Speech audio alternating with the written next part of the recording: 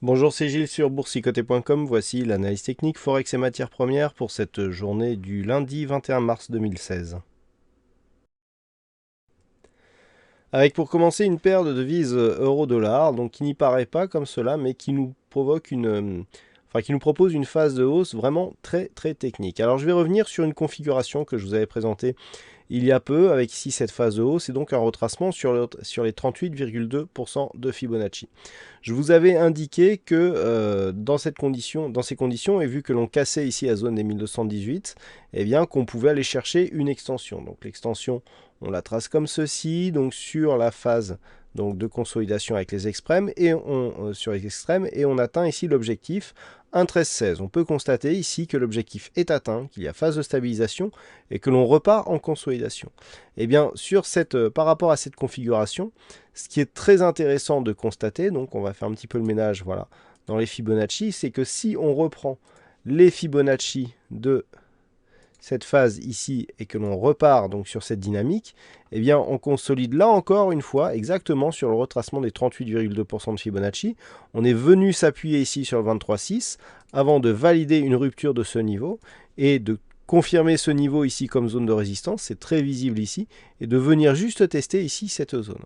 Donc on voit bien ici qu'on a une alternance d'extension et de retracement sur le 38,2, et qui plus est, nous avons quelque chose ici qui nous propose un alignement assez intéressant puisque nous sommes actuellement donc sur cette phase de test.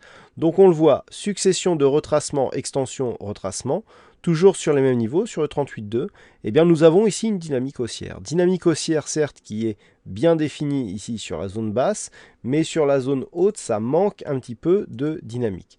Donc attention ici à ce potentiel début de biseau haussier qui pourrait donc provoquer une sortie plutôt baissière. Alors donc c'est la zone qu'il va falloir surveiller pour demain, la zone ici des 1,1235 à 1,1250 qui est la zone soit des retracements, soit de la zone de support. Une rupture ici de cette zone nous enverrait sur une possible phase de consolidation, alors qu'un rebond qui est tout à fait possible, puisqu'on a une configuration ici qui prépare ce rebond actuellement.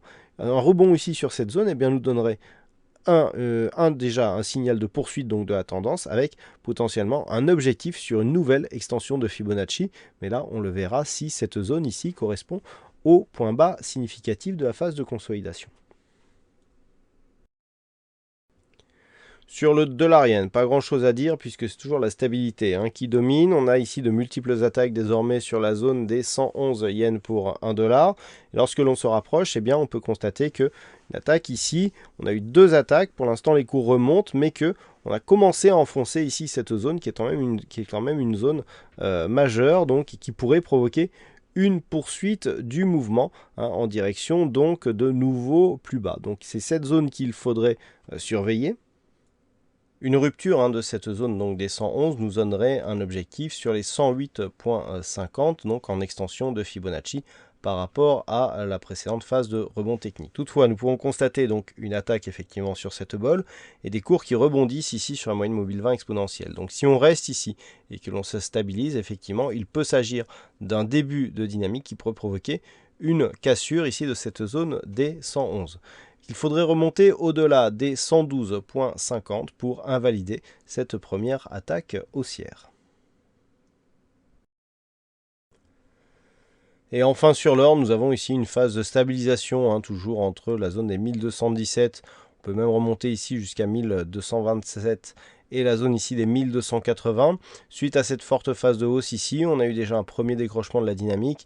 Et là, à l'approche des 1280, on plafonne ici sous cette zone. Tant que les cours ne redescendent pas sous 1217 $ l'once, on n'est pas sur une remise en cause de cette dynamique avec une possible inversion de tendance. Par contre, sur rupture ici de cette zone des 1217, on peut attendre un retour sur la zone majeure des 1182. Mais actuellement, en absence de retracement, alors que la dynamique semble s'être affaiblie, il n'y a aucun signe de retournement et nous sommes toujours donc sur une pression haussière. Voilà ce que nous pouvons dire sur cette analyse technique Forex et matières premières. Passez une bonne soirée, bonne chance dans vos prochains trades. On se donne rendez-vous dès demain pour d'autres analyses techniques sur le site boursicoté.com. Bonsoir à tous.